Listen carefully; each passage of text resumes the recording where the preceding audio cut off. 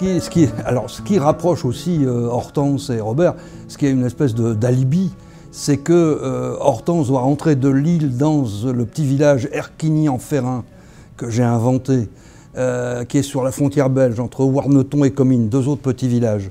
Et il se retrouve bloqué par la neige là parce qu'il ramène Hortense dans son logement de fonction au-dessus de l'école primaire où elle exerce.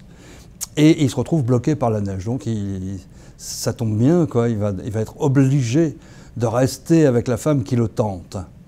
Alors ce village, il est à la fois particulier, mais il est représentatif de la France entière, parce qu'on est en janvier-février 1953, on est au moment du procès qu'on fait aux Waffen-SS qui ont massacré Oradour-sur-Glane en juin 1944, et la France est déchirée entre ceux qui voudraient condamner malgré nous, les Alsaciens qui étaient dans la Waffen-SS, et ceux qui voudraient les absoudre, dire non, c'est pas de leur faute.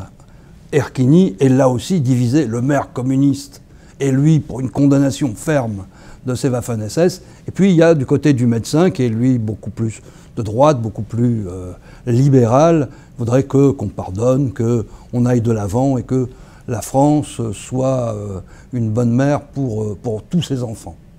Et évidemment, ce village est complètement représentatif comme ça, avec son bistrot qui est le pivot de la vie du village, avec son jeune curé qui ressemble un peu à Léon Morin, parce que c'est le moment où Béatrix Beck publie ça, qui est un curé séduisant un peu, avec sa coiffeuse, avec son couple de boulangers. C'est un village français type. Pour évoquer ce village et pour en donner, essayer de faire se lever chez le lecteur des images, j'ai ranimé ma mémoire, puisque j'ai passé mon enfance et mon adolescence là, et que j'y vis encore dans cette métropole lilloise, que j'ai donné à Robert, d'ailleurs l'adresse que j'avais quand je suis né. Et que donc c'est l'appartement de Robert, je le connais bien, puisque c'était le mien pendant mes 5 premières années. Y a de ça, et puis le Nord est un endroit, comment dire, vraiment chargé d'histoire et où l'histoire ne cesse pas de passer. Et donc on n'a qu'à tourner un coin de rue, on n'a qu'à regarder une plaque et toute l'histoire nous déboule dessus.